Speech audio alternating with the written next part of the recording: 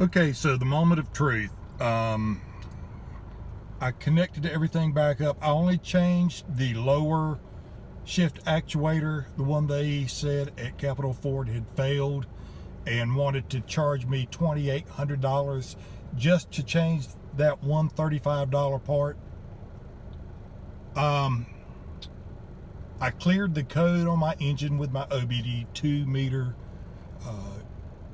backed the car off the ramps, cleaned up my tools, and here I am ready to make my first test, and we'll see if it bucks like a Bronco, or if it shifts like it's supposed to, or if it goes up, revs up real high. I'm in drive.